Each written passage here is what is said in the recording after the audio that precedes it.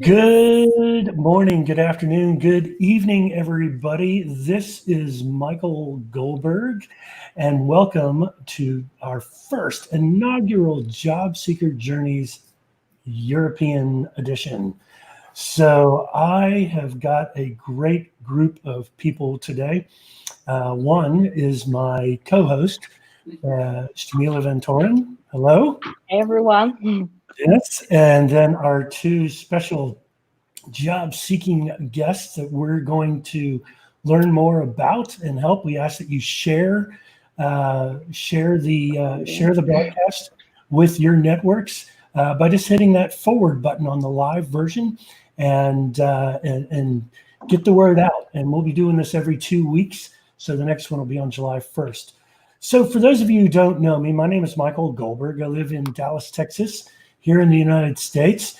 And I started a show called Job Seeker Journeys about 30 weeks ago. And it's been consistent where we've had guests who are here in the States that are looking for job opportunities. And it's a chance for us to interview them and talk to them about what their skills are, what they're looking for, what their superpower or unique skills that they bring to that table. And so that's how this kicked off. Sjamilla actually had found me doing this by accident on Facebook. Yeah. And she goes, I want to do this for Europe. And so here we are. A little bit about me. I've got about 25 years of recruiting, sourcing, and recruiting leadership background. Right now, though, with COVID-19, which is unfortunately very popular here in the United States, we've had to pivot. And so I go and help job seekers with their job search strategies all over the US, and certainly would love to help anybody that's interested in speaking with me about one-on-one coaching overseas. So that's a little bit about me. Sjamilla, are you ready to tell us a little bit about yourself? Yes. Okay. Hey everyone. I'm Sjamilla. Let me tell you a bit about why we're doing this show. I know Michael from some conferences, SourceCon. We've met a couple of times in the US, and through that we became friends. And we chat from now and then. And accidentally on a Wednesday evening, I saw his show, and I was really excited about the content because I think there's a couple of things that go wrong. There's a couple of things that are good in recruitment, but I also always see a big gap between what recruiters feel and how recruiters do their job and how job seekers actually feel about the recruitment process. Sometimes I feel that we don't understand each other. And sometimes I feel that that we as recruiters have an obligation to help job seekers to present themselves in a better way, but also present themselves as recruiters maybe in a better way. So that's where I wanted to, that's what I really liked about the show that Michael did, and that's where I felt like, hey, you're doing this in the US, but you're not reaching a European audience. I have a large European network where I think there's a lot of job seekers too. Just like in the US, I get a lot of messages from candidates who are looking for a job. One is better than the other, and I feel that if there's anything that I can do to help other people by doing a show like this and help or guest on the show, then I'd love to do that. So that's basically a bit about why I'm talking to you right now. A bit about me. I'm Sjamilla. I live in the Netherlands. I am a tech sourcer and recruitment, so sourcer and recruiter. I help scale and startups join their technical teams, but sometimes I work on other roles.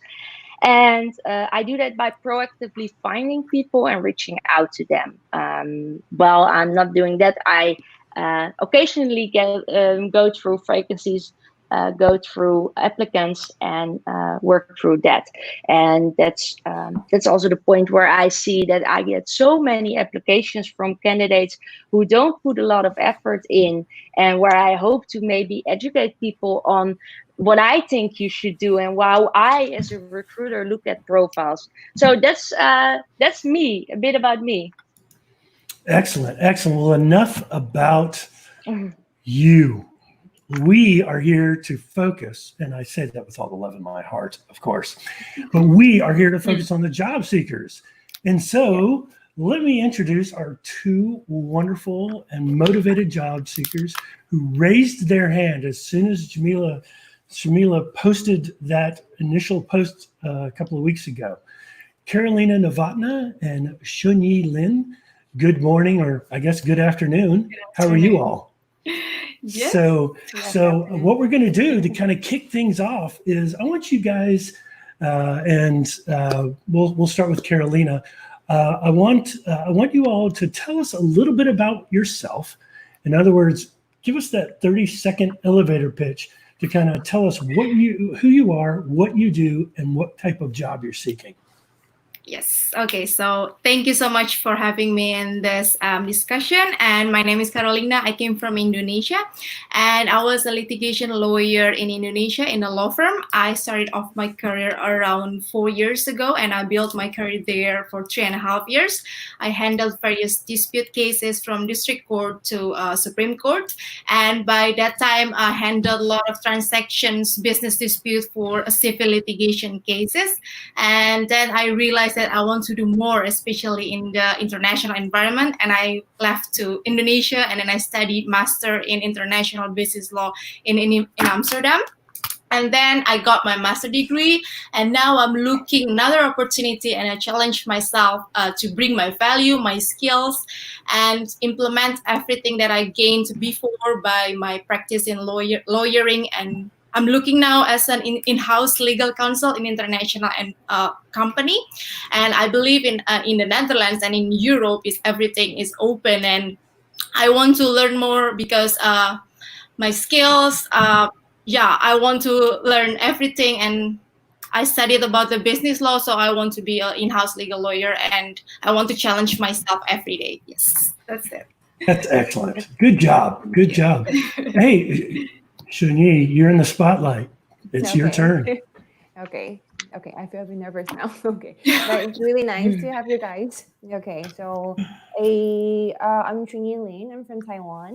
And I work as a product manager for around 2-3 years. And like after these 2-3 years, I feel like, okay, maybe it's time for me to come to Europe again. Because before that, I studied in Berlin for only half a year. But right then I figured out that, okay, I really want to work in Europe. So I came back to Taiwan and started working. At first, it was a project manager, and then I came to be product manager. I just feel like, okay, this is really the thing I like to do. And also I feel like, okay, it's also the time for me to come to Europe again. So anyway, so last year I came here, started looking for some new opportunities. And luckily that this month I just got a job. So like I feel like it's gonna be great to somehow to share my experience to people. And that's it. Yeah. Great job.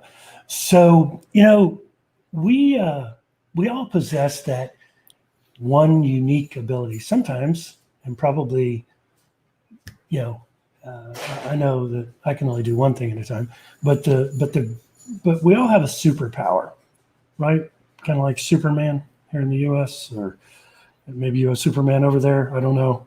I heard he travels the world. But anyway, we all have a superpower. And so what I wanted to know is, what's your superpower? ChunYi, why don't you go first? So I think my superpower is, well, it's really like an interview now. Okay. So I think It's what? Sorry, I missed that. What did you say? yeah, I think I'm nervous. Don't be nervous. It's all right. Yeah, what I feel is like my interpersonal skills, because I for the last 2 years, or like even then before when I was studying in my master degrees, I always work with engineers. I think it's kind of like my superpower to really talk to them, to listen to them, and I can be the bridge between engineers and also like salesmen or like other team. So I think for a product manager, basically that's a very important skill. To You always need to be the one to link with everyone. So I think that's my pretty good superpower. And the other thing is that I can really learn things fast. So during that 2 years, I also finally I got a chance to really build a product by myself, and also with other 4 team members. Also, they're all engineers, and I feel really proud of that experience. So also that's the reason why eventually I would like to still go into the product manager role as my career. Yeah. Excellent. Excellent. Nice. All right, Carolina. Yes, maybe I'm confident because I've been abroad alone since going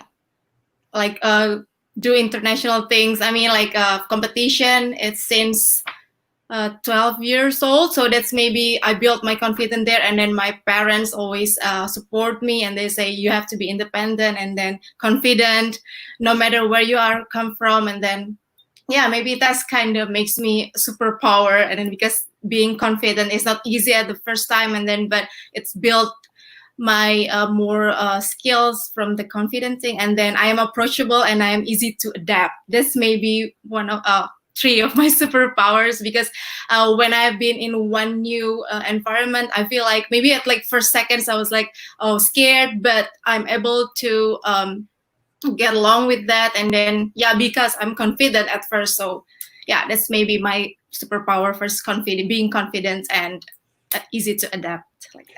So both of you moved to another country, right? How that takes a lot of courage. I've Yeah. never done that. I've traveled a bit, but I've never took the step to actually live somewhere else. Yeah. How has that been for you? That transition from one side of the world to another Yeah. side, like to another country, and actually work there. Yes. Carolina. Yeah, okay. Maybe for me first, because I like to travel a lot since I was a child. So maybe it's already opened my mind. And I feel like there is a lot of things I have to do before I die, for example. And then, yeah, traveling is really already in my blood. And then when I went to Europe, I already have plans that I want to study abroad, especially for master degree. And it's really hard at the first time, because first the language barrier is really hard. But in here, everyone speak English and it's so friendly, right? And then, Well, yeah, it's really, maybe it takes a couple of weeks for me to adapt because I have a lot of friends that support me from my family. And yeah, it's quite, at the end, it's going better. And then, yeah, it takes a lot of courage to move to other city, because it's like really far away, because I'm from Indonesia, so we are so far away. And then the time zone is so different, but just I don't know, just ice like that. and ChunYi, how's that for you in Spain? Just go for it. She looks like she froze. Yeah. Oh, there you are again. There you go. Yeah. Did you hear the question, ChunYi? Oh, she's freezing up again. Not sure. Well, that's the thing of live streaming, right? Yes, There's always technical issues. Yeah. There's some. Like, am I coming back again? Yes. Yeah, No. we can hear you, but it's kind of slow. So did you hear Sjamilla's question? Yes, I hear the question. Okay, perfect. But can you guys hear me? Yes, we can hear you Okay. fine now. Okay. So yeah, like when I was in Berlin, basically I didn't have the feeling about like kind of nervous to try to find a way to adapt in. But when I this time came into Barcelona, I really feel that way. Like it's gonna be like only one person, so like you need to find your social support. It can be really hard actually. So then what I did, because my goal is to find a job here no matter what. So like back in a couple months ago, I've already started to going to some meetup, trying to meet people, to talk to people, to like somehow to like ask people, do they have some advice for me to find a job here, to like try to understand the job market here. I think for me it's really good. So like it's not like I only thinking about my goal to looking for a job, but also like I try to find a social support here. So like I can feel like I have some friends here. So I think for me it's a very good challenge, and I totally encourage people to do it. Just like Carolina saying, like we only live once, so why not? Yeah. So let me, and thank you both for that. And, there's an interesting question that we have from Daniela Raymond, who lives in Rotterdam. Am I saying Yes. that? Sjamilla? Rotterdam. Yes. Yeah. And it's actually it's a good question, and I'd like to kind of pose it. I'll pose it to Sjamilla because she's more familiar with the European unemployment issues that are going on. But I'll also ask ChunYi and Carolina the same question. Are y'all finding that a lot of jobs are currently on hold right now, number one? And number two, she asks, and I'm sure you would ask, is there anything extra that could be done in terms of the application? So we'll start with the job seekers, and then Sjamilla, I'm going to let you kind of take over and answer that question. Yeah. So are you all finding it hard to break in because you're in, well, I guess what are some of the obstacles that you're running into in your job search right now? Yes. For me, it's really hard because maybe the job that I'm looking for, the role is more about legal, and they always ask the Dutch background. Is the first barrier already before the Corona start, and then there's another Corona thing. So I always approach. Maybe I just give an open application, and I'm asking about in international companies, especially because they're not focused on the Dutch law. They're more dealing with international trade, something like that. And yeah, but now it's actually getting better. This is my own experience. Like last week I already got several feedbacks and interview. So I think for now all the companies really getting better and better. Maybe for my little bit advice is just reaching out to them, because I literally just reaching out them via LinkedIn, referral, and everything that I can reach out. So yeah, because they that's how we are connected, right? Oh, okay. I already a little bit. Yes, but yeah, like that. That's my own experience for the last couple of weeks, because they're already getting better for the company. Yeah, that's good to hear. Yeah. And ChunYi, you landed a job. Was that before this crisis happened? Yeah. So before the crisis happened, actually, I was studying Spanish here. Yeah. So like I wasn't really like worried about it. But then when I really started to looking for a job, actually the coronavirus thing just like totally got exploded. And basically right then the situation wasn't that good. So what I do is like still reach to people. Like I mentioned about like before, I also went to some meetup to meet some new people.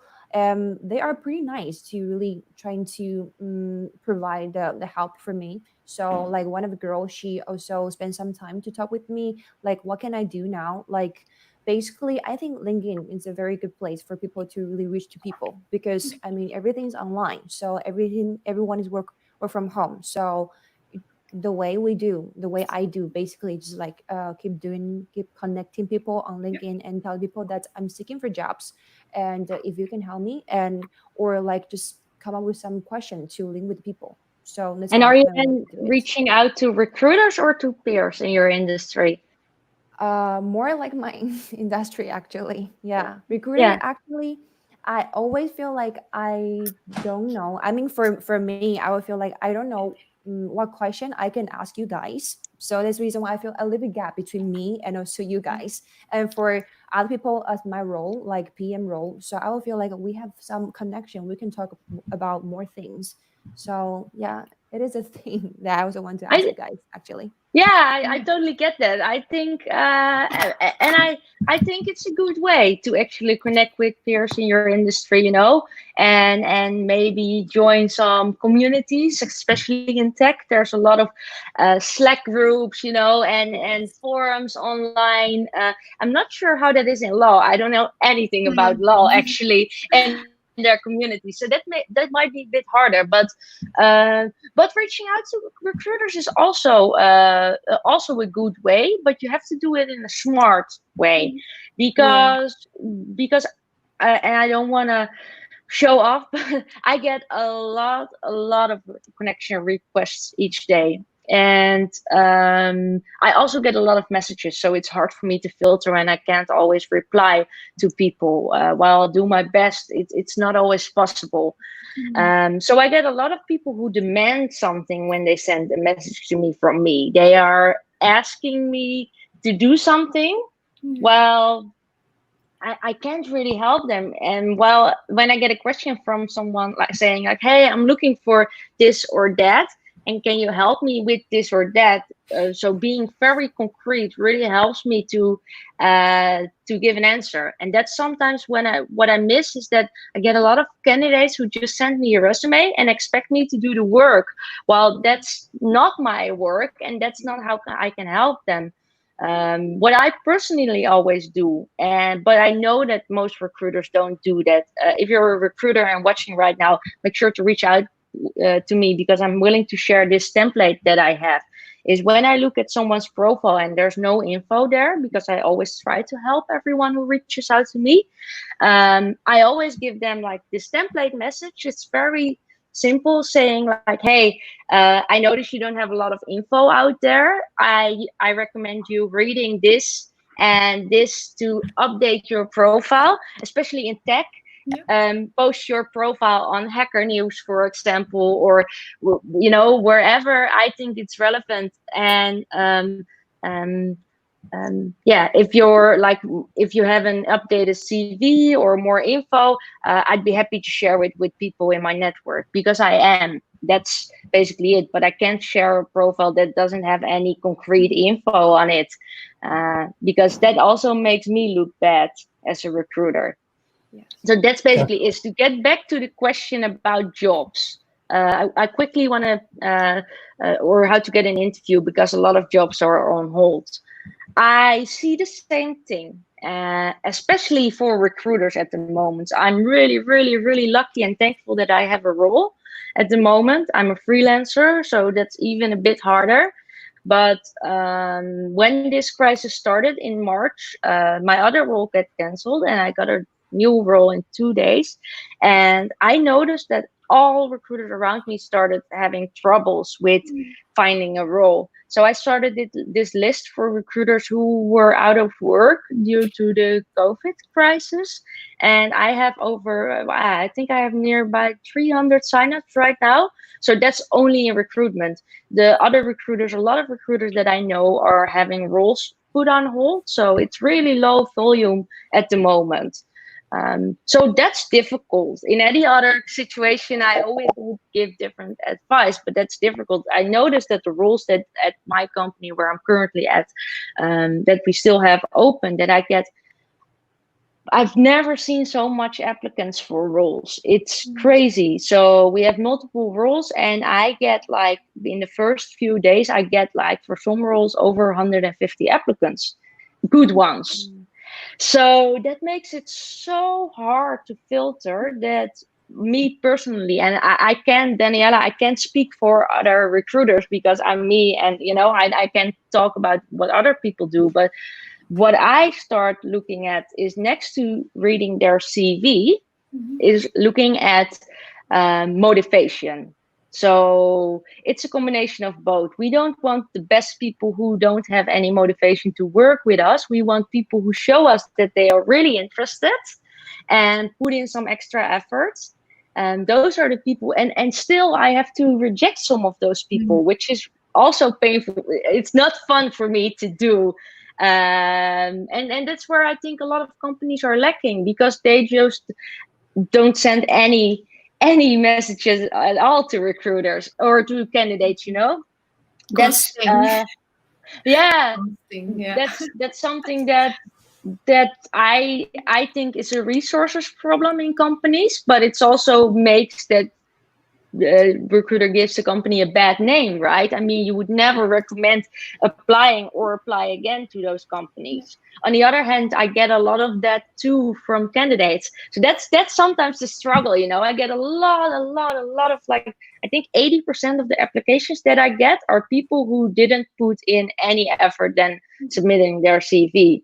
So they either need to be like I do look at their profiles, but they need to be like, well, exceptional to either start a conversation, and otherwise I'll reject them. But I auto reject them. The other ones I would send a more personalized message. So it's difficult these days. The only thing that I can say is try to stand out. Try to make it look like you really did your research. Absolutely. So, Shani, one of the things that I picked up on that you said is you're connecting with recruiters on LinkedIn by saying, hi, this is who I am, this is what I do. Let me know if you have any openings. You probably want to make a change to that strategy. So think about it this way. You're looking to build relationships first, especially with the recruiters, but not just the recruiters. You need to do research for your companies who you're going to target and go after, that you want to go work for.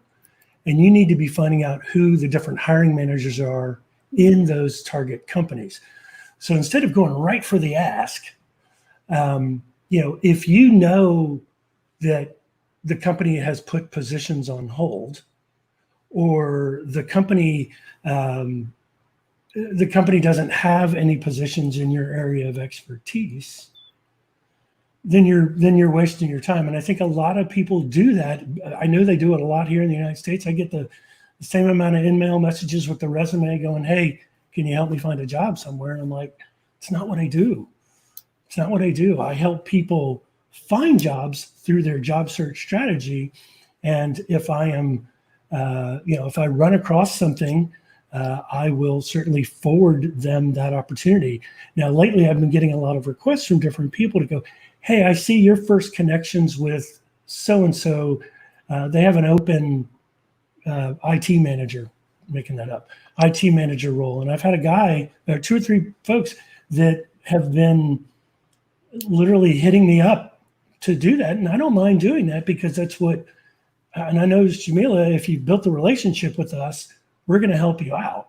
And that's what she was talking about. Show us your motivation, show us that you want to get to know us, see if we can help us instead of coming right at us and asking, hey, do you have any jobs?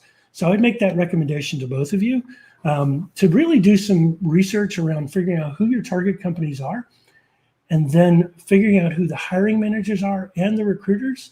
And I'm not saying to bypass all the recruiters, but besides Sjamilla and myself, and I'd say maybe 24 other people that I know, are really, really good recruiters and are responsive. Most are not. Yeah. Right. So, and there's I've written about it also. Yeah, and that's also the thing. I think with Carolina, she connected to me actually a couple of months ago, when this whole show was before this whole show was in the picture, and you sent me quite a long message, and I really liked it, telling your situation in the Netherlands and why you were looking and what you were looking for. And what I really liked about your message is that you've asked me for very specific feedback on your resume and your application. And I, at the time, was very busy. So I told you, like, hey, I can't really help you at the moment, but I know these people who are actually posting that they are able to help people. So I think, and that's the right way to go, to interact. And that's what I really liked about your approach, instead of like just sending me your resume, just asking for something very specific.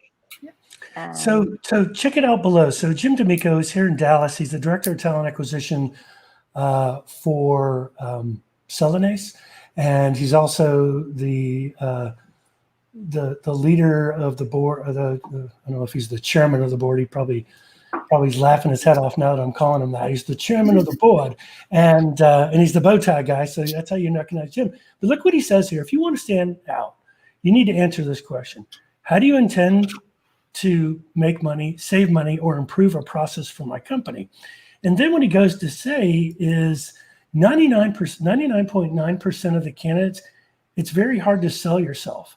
So the best way to do this he's talking about the 30-second pitch, and to come out to sell yourself. So what he's talking about here is you need to be able to say who you are, what makes you unique, and how can I help you? Because here's the thing most people don't understand.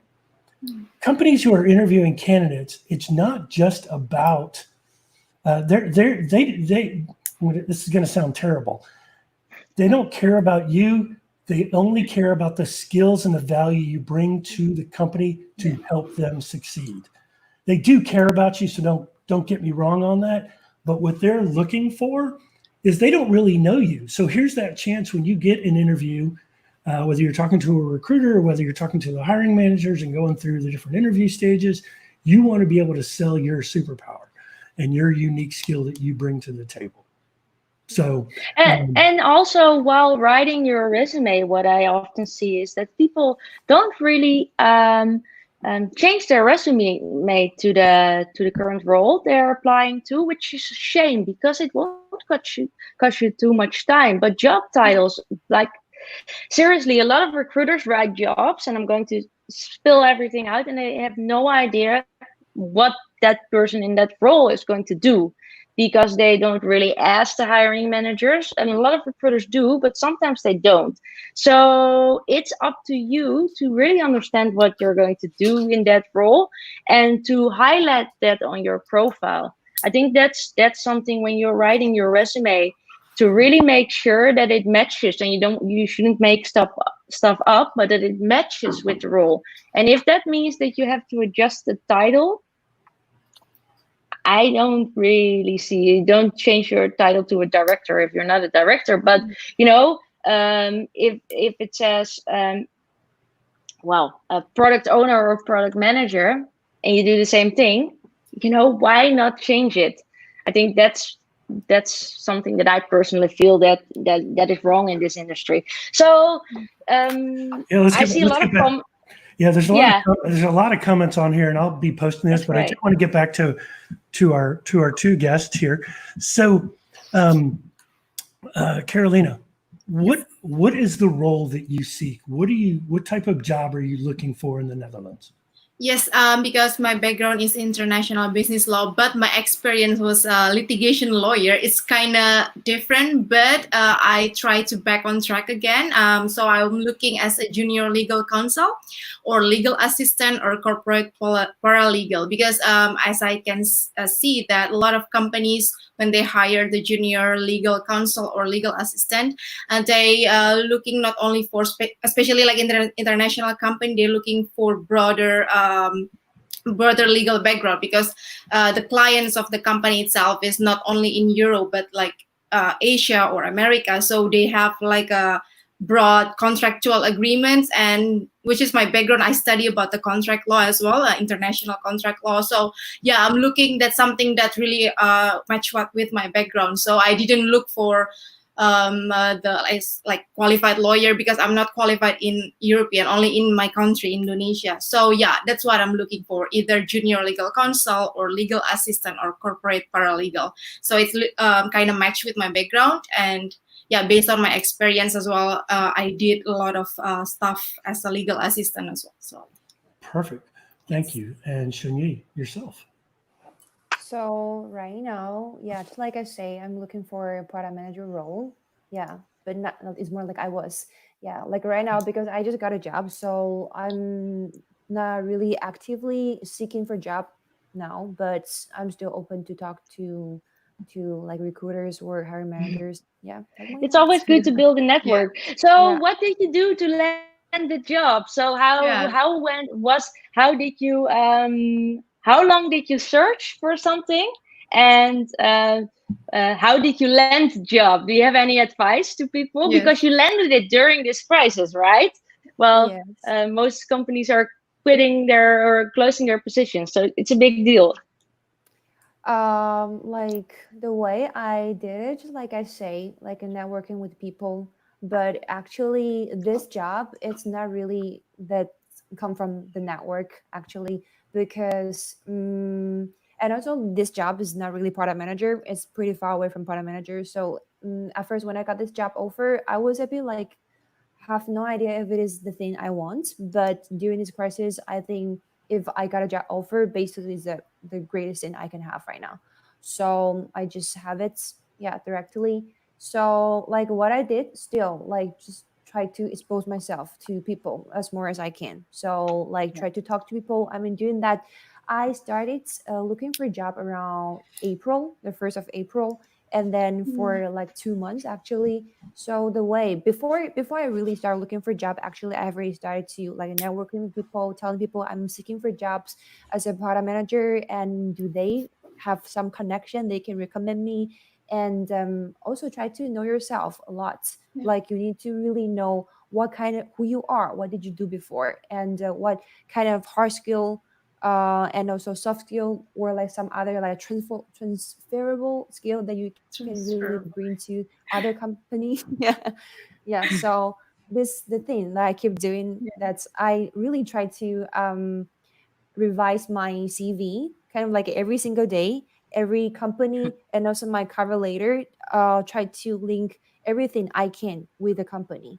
So I think, and also like an ATS system, I think that one is really important to like people keep talking about it, and eventually I realized that okay, how important it is, because for recruiters you really don't have a lot of time to do it, like to see all of the CV all the time. So I realized that okay, after I start doing it, I realized that okay, my CV really got seen by the recruiters more.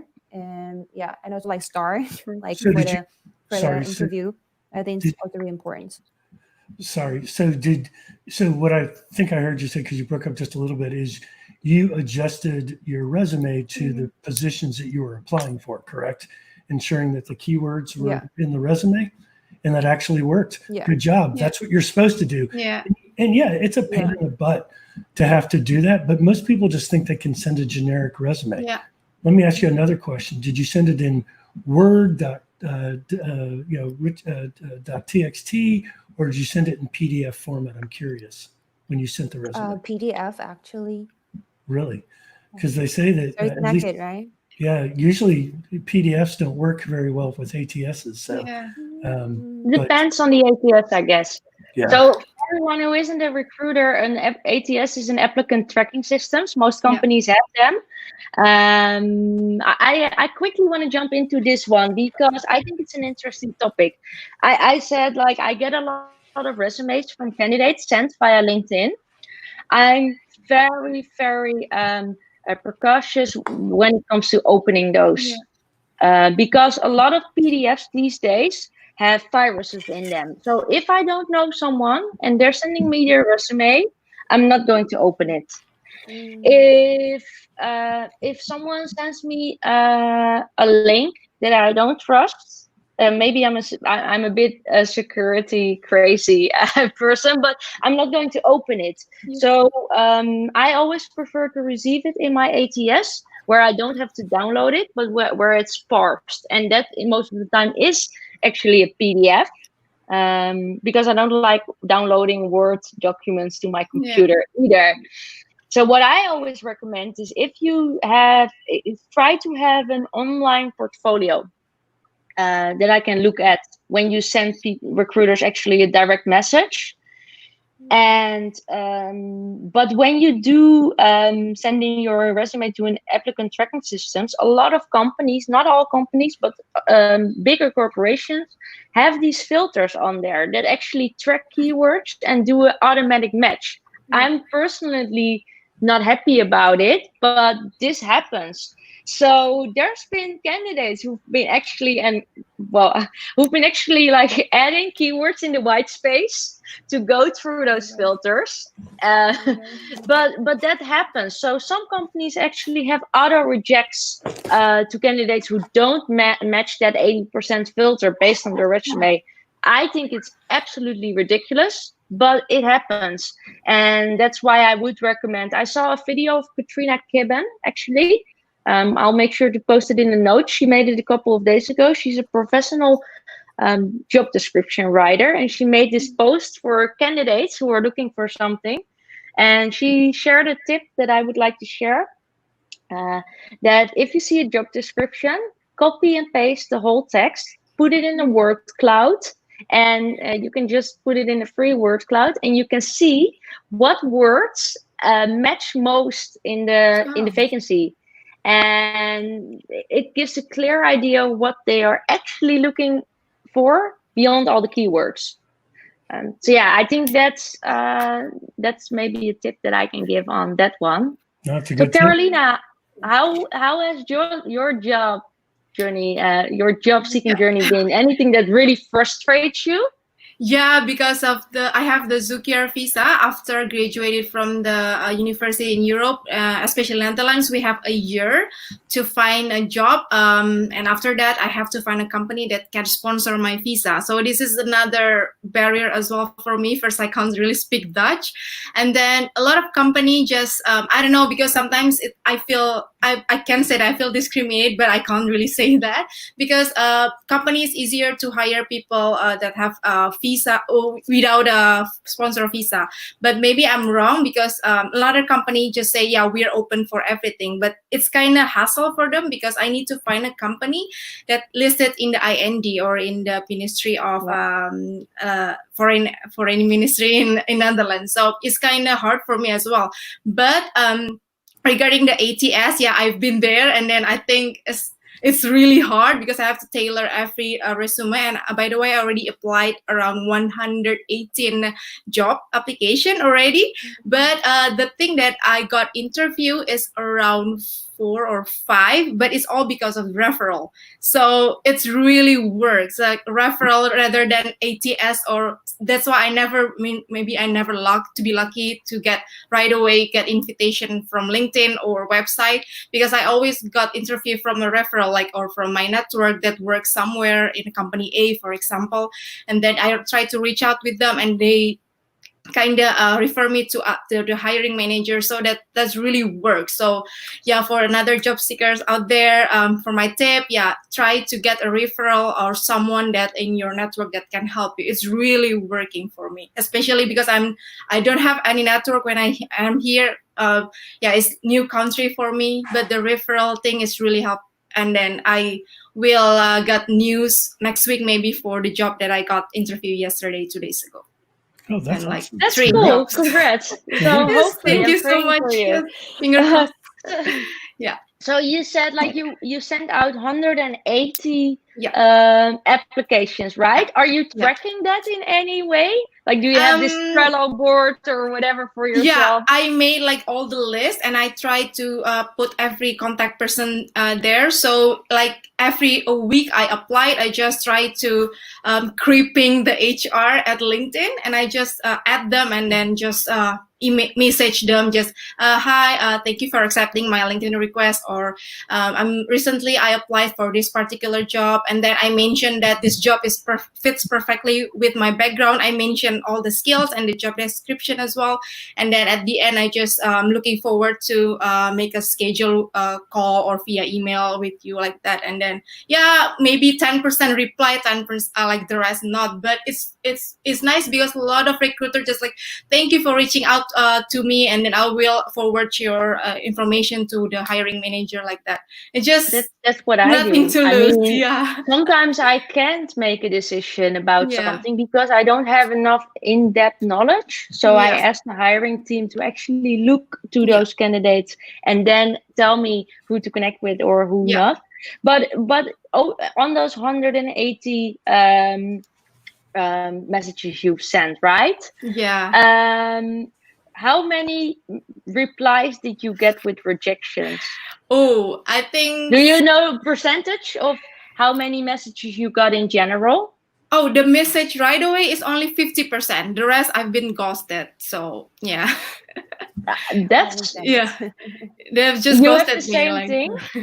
yeah, I mean, they just sometimes like the recruiter itself directly email me, hi Carolina, thank you for your interest in our company, but currently we're like blah blah, like that. But like the rest of the company that I applied, they don't do anything. I mean, there is no notification, there is no information at all. So and then, yeah.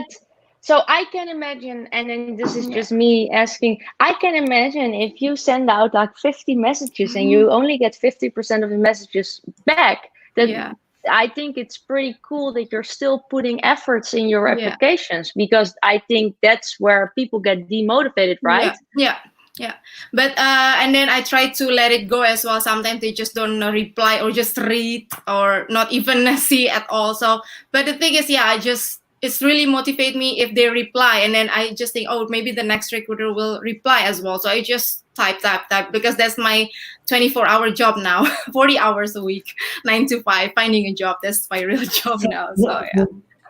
So let me ask you a question on that. Yes. What percentage of your time, I mean, are you spending 40 hours a week networking and just applying for jobs?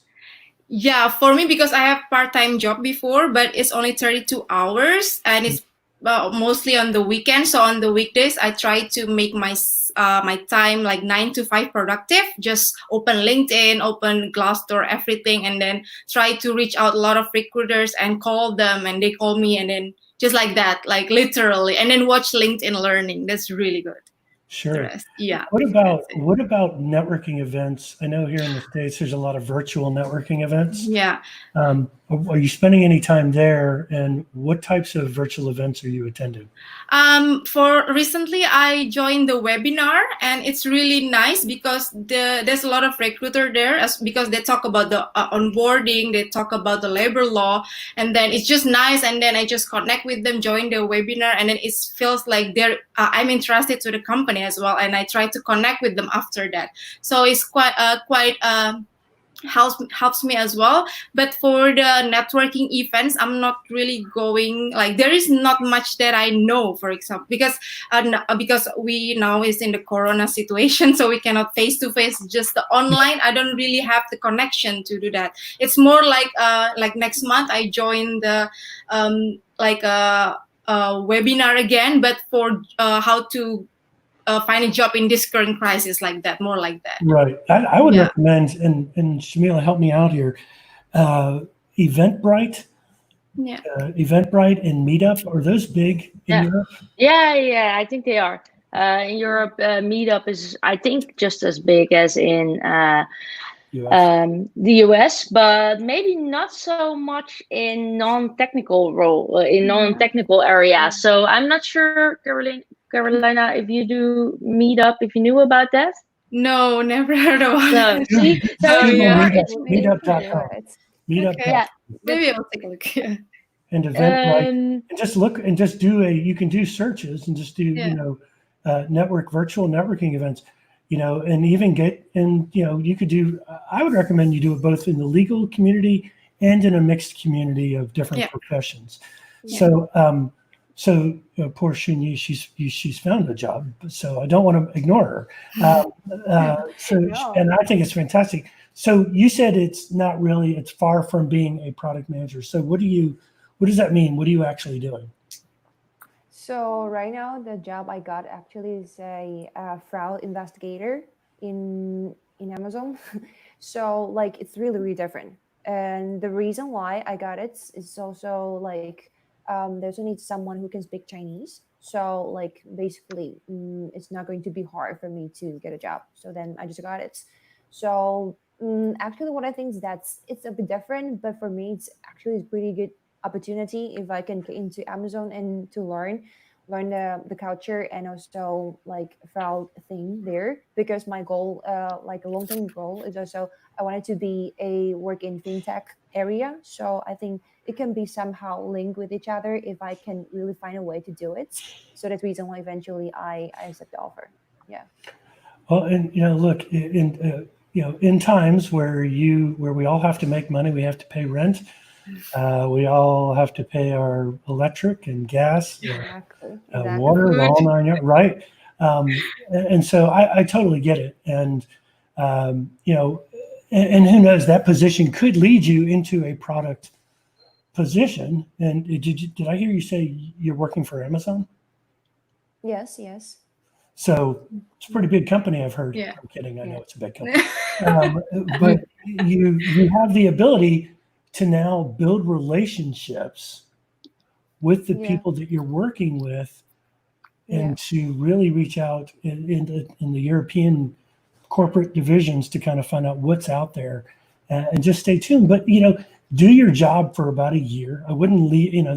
They may have certain internal transfer policies. I'm sure they do. But spend a year learning the company, learning the culture, and making sure it's the right culture for you as well. That's super, super important. So we've got about 10 minutes left, and this is the part of the show where you guys get to ask Sjamilla and I questions, whether it be common frustrations, how to do this, how to do that. And then we'll also take questions from the audience. And let's, what questions do you guys have for either of us? Maybe I you should do go have first. one. Yeah. Okay, thank you. So like before I was pretty struggling with like I only have 2-year working experience. So I feel that it's kind of hard to sell myself to recruiters, to hiring manager. So I kind of wonder like how to do it. Like yeah, how to really sell myself to the recruiters. Yeah. Sjamilla? Yeah, so it depends, as a recruiter, I find it difficult because some hiring managers have a different idea than I have on this. I don't believe that I do believe that some roles come with experience, but I do believe that other roles, like a product management role, is something that someone can do very, very well, even if they have 2 years experience. I think it's about showing your knowledge in your product, in the projects that you worked on. So I always want to see like, hey, what did you do? What did you really achieve? How did you do it, and with whom did you do it? So I think that's something that you always want to write down in your resume, is name is name certain achievements in bullet points, so it's easy to read, because a lot of recruiters, including me, just scan a resume and it should be easy to read. I'm not going to read through a 5-page resume. I quickly look at the summary, because I like people and I like to see how they write about themselves, what it is that they're looking for. And then I look at their previous roles and their bullet points or their achievements. I just want to see is, and then what I look for is, did they work in relevant projects or similar situations than what it is that we are looking for? And in this case, I frankly don't care if it's 2 years or 5 years, but I do want to see that they are either going to help us, or if we're looking for someone who doesn't have as much experience, if they're going to add something to our company. I think that. What would you say, Michael? I would definitely agree. You only get about, on average, a recruiter, at least here in the States, and I would imagine it's fairly similar overseas, is that you get about 6 seconds of fame, 6 to 10 seconds of fame. And so your skills really need to pop out. The other thing I would say is timing is everything. So to Jamila's point, she says she gets about 100 to 150 resumes for positions, and a lot of them are really good. So you probably want to apply within the first day or two. So set Google alerts, LinkedIn job alerts, so that you're being notified when a job goes live in your area of specialty. If you want to go out to your target companies and set email alerts, job alerts from their careers page, I would do that as well. So I think it's vital to apply early on in the process. But at the same time, even after you apply, you want to figure out who the recruiter is for that opportunity in the organization. And you also want to try to find who the hiring manager is.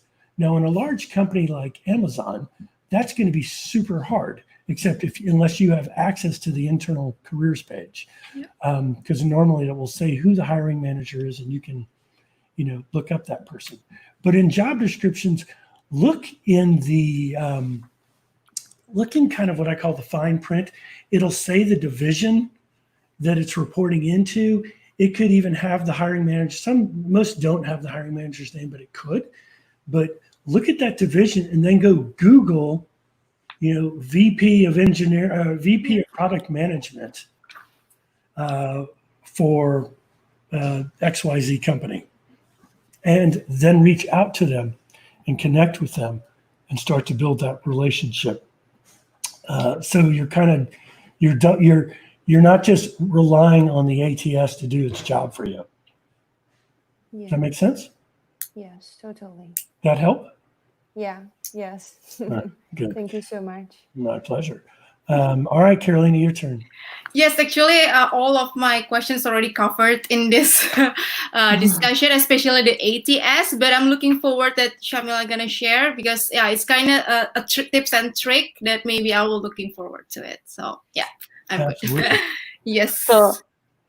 So we're coming up here on at the top of the hour. So we're going to be signing off here in a minute. If you live in Europe or Africa and you want to be a guest on the show, just email me. There's my email address on the screen. Or if you're interested, and connect with me on LinkedIn, or just DM me and let me know you're interested. We've already got our 2 guests lined up. Our next show will be Wednesday, July 1st, 4 p.m. CEST. And so if you all know of anybody, my 2 guests, feel free to share it and share your experience. So what'd you think? How did it feel to be on live? Did you feel good? Was it uncomfortable? Pretty comfortable. I think it's Yes. an interesting conversation with you guys. Yeah. It's like interview, another interview. Yeah. It's practicing interview again, right? So yeah, I think also if you're a recruiter or a hiring manager or someone who can help one of these 2 great candidates to a job, you should reach out to them. Feel free to connect with them. Make sure to help them out, because I think they're great, and I think it shows a lot of courage to go on a live show, something you haven't seen before or haven't done before. Kudos to that. Yep. And so for my US friends, we'll be going live at 1 p.m. Central Time for the US version of Job Seeker Journeys. And actually, it's an interesting one. We have 3 international students who have recently graduated here in the States. And unfortunately, they only have 90 days for after graduation. Their F1 training visa runs out generally if they graduate in May through generally the end of August. Otherwise, they have to go back home. So we're going to have them and talk to them and feature them. But we're also going to bring on an immigration attorney. So Carolina, it might be late for you, but you may want to tune in to see what she says about getting jobs here in the States for international workers. So, again, let us know if you want to be a guest. We'd love to have you from all parts of the world, even if you're tuning in the middle of the night in Australia or India. Feel free. We'd love to have you. And so thanks so much for being a part of that show. I'll ask that everybody hang on here as I sign off. I want everybody to be safe, be healthy, be well, and just practice social distancing, and let's not let coronavirus stall the economies across the globe. So thanks very much, and we'll see you in 2 weeks on Job Seeker Journeys European style. Everybody wave bye-bye. Bye. Bye-bye.